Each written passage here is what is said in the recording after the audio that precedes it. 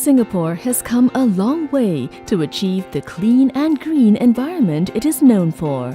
The Ministry of the Environment and Water Resources works together with its two statutory boards, the National Environment Agency and PUB, Singapore's National Water Agency, to address the nation's environmental and sustainability challenges. The Sustainable Singapore Blueprint 2015 provides opportunities for our people, businesses and the government to work together to create a better home, environment and future. This year, 2 schools are recognized for their excellent green efforts. In Eastview Primary, we believe in sowing seeds of hearts and minds. We believe when we engage the heart of the child, learning will happen naturally. Environmental science education in Eastview Primary is built on the process called I Care. We want our children to live it, say it, and do it. Living it means living green, promoting green messages, and having green habits of mind. In living out our green convictions, so green habits of mind are taught through interdisciplinary project work called Project Life. So we make learning fun and engaging for our pupils. Our music and art programs are tweaked to support pupils in promoting green messages to audiences within and beyond the school. In art, pupils transform recyclable materials into aesthetically pleasing wall murals during art lessons. On top of that, we brought our pupils to overseas learning journey. For example, in 2012, they went to Auckland, New Zealand, to learn about their environment and their eco-efforts. We involve our pupils in Values in Action projects and educational trails where they share what they have learned with others.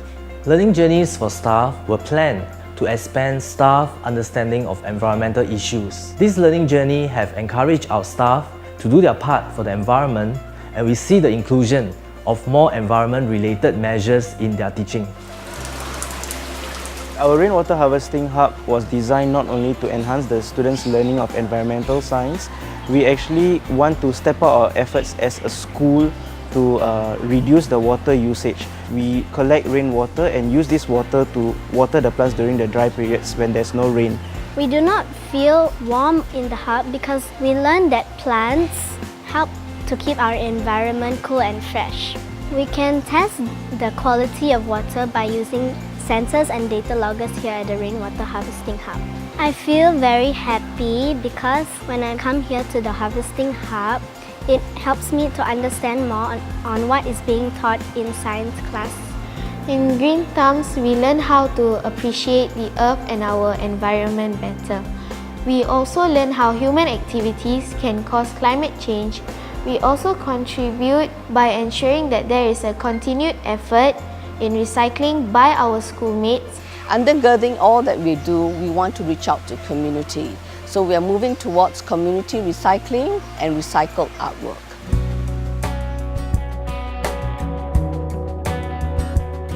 Woodgrove Secondary has placed a lot of emphasis on environmental education, tied very closely to the desired outcomes of the Woodgrove education that we have here, which goes into the 4 areas of the head, the heart, the hand and the feet. We also want to imbue this value in the students on cherishing the limited resources that we have here in Singapore. In Woodgrove Secondary School, our environmental education takes a whole school approach.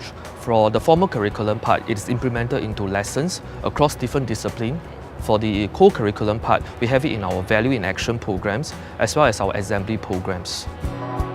We have created a lot of learning spaces to promote the learning of environmental education and create a series of activities for all our students. To implement the environmental education for our students, we involve our staff in the teaching and the planning of the lessons. Woodgrove, we are also very honoured to be invited to present and share at various platforms, including overseas presentation on our environmental education program. We have also been organising camps, workshops, competitions to involve youth and children from various schools. This is part of our environmental education outreach to educate them about conservation, waste minimisation and recycling. This is also a good opportunity for my students to learn more about educating the public about communication skills and project management. Collecting newspapers from the residences is interesting because we actually get to interact and engage with the residents. Also, we could actually talk with them about the current environmental issues such as the rising number of dengue cases. We have an amazing race around Sentosa, and for the participants, they need to answer questions related to environment to go on to the next station. I feel that the participants could learn more about the environment, and same goes to me. Since Woodgrove started our environmental education journey in year 2000, I'm happy to share that we have received several accolades. The one that we are proudest of would be the President's Award for the Environment.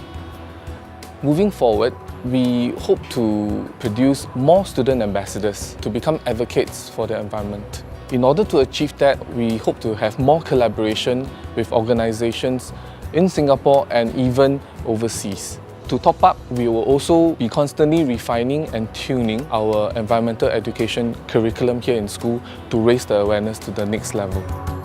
Eastview Primary School and Woodgrove Secondary School have both showed outstanding results in instilling environmental awareness in our younger generation and promoting efforts to encourage students to work with the community to keep the environment clean and green.